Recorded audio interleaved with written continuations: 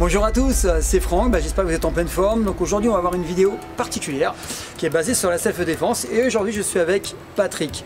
Et Patrick, ça paraît pas, il a 67 ans. Bien sûr c'est un élève de l'académie, il s'entraîne au Penchak, mais aussi il est capable d'extraire les techniques pour la self-défense.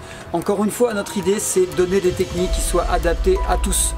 De 14-15 ans, parce qu'il y a un minimum, ce qu'on fait c'est assez dangereux, jusqu'à 75, 80, 90 ans. Et là vous avez l'exemple devant vous.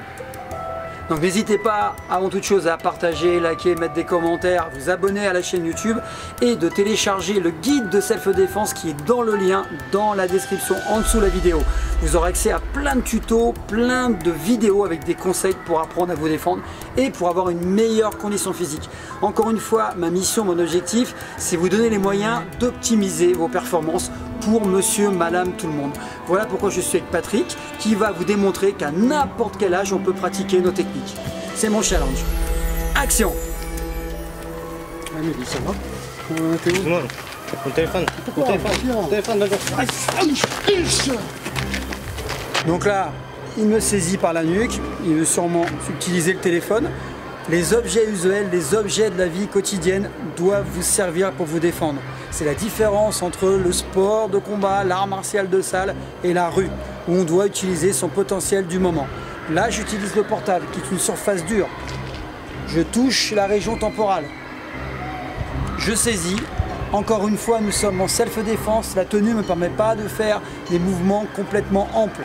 Donc je vais frapper en écrasant sur le genou. Je vous rappelle que travailler sur la mobilité, les appuis, c'est ce qu'il y a de mieux. Je décale légèrement, coup de pied génital en relevant les orteils pour être sûr de toucher les parties génitales. Je repose, coup de coude.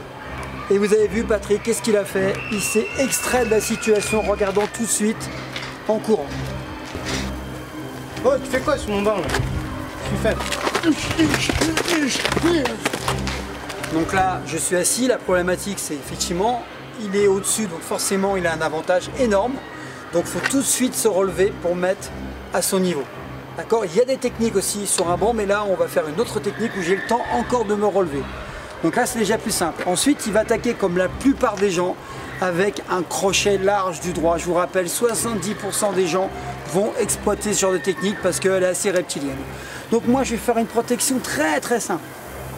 La simplicité, c'est ce qui va vous sauver. Encore une fois, je vous rappelle que quand vous allez basculer en stress, le cerveau reptilien va prendre le dessus. Il ne réfléchit pas, il ne lit pas, il n'écrit pas. Donc vous allez faire des choses naturelles. Donc ça, c'est une protection naturelle. Ensuite, je jette mes doigts dans les yeux, le pouce dans l'œil. J'enchaîne en coup de coude. Je vous rappelle que les genoux et les coudes sont intéressants parce qu'on ne s'abîme pas, à la différence avec les poings au sac. Je le saisis. Et je rentre en coup de tibia partie génitale en ayant l'idée de le fendre en deux. Pourquoi le tibia et pas le pied? Parce que je suis en distance moyenne. J'aurais été en grande distance, j'aurais utilisé le pied. Et en courte distance, j'aurais utilisé le genou. Là, je suis en moyenne distance. Très important, encore une fois, nous sommes dans un état de survie. Je m'extrais de la situation en poussant. Je regarde et ensuite je cours. Bon, j'espère que ça vous a plu. Encore une fois, oui, la thématique de base est très simple. C'est vous offrir gratuitement des choses qui sont adaptées à vous, qui ne passez pas 2-3 heures par jour dans une salle d'arts martiaux. Alors, faut pas mentir, Patrick est sportif, ce n'est pas un athlète de haut niveau, il est sportif, mais il a 67 ans. Par contre, il s'entraîne intelligemment. Ça veut dire quoi? C'est qu'il a une préparation physique adaptée et il sait faire la part des choses entre la salle, le Penchak Silat qu'il pratique dans notre académie, mais aussi la self-défense. Et donc ce qu'il fait, c'est qu'en fait, il sait très bien les techniques qu'il faudra utiliser en situation de stress. Encore une fois, mon objectif est très simple, c'est vous donner des outils pour vous améliorer et éviter, si possible, une agression.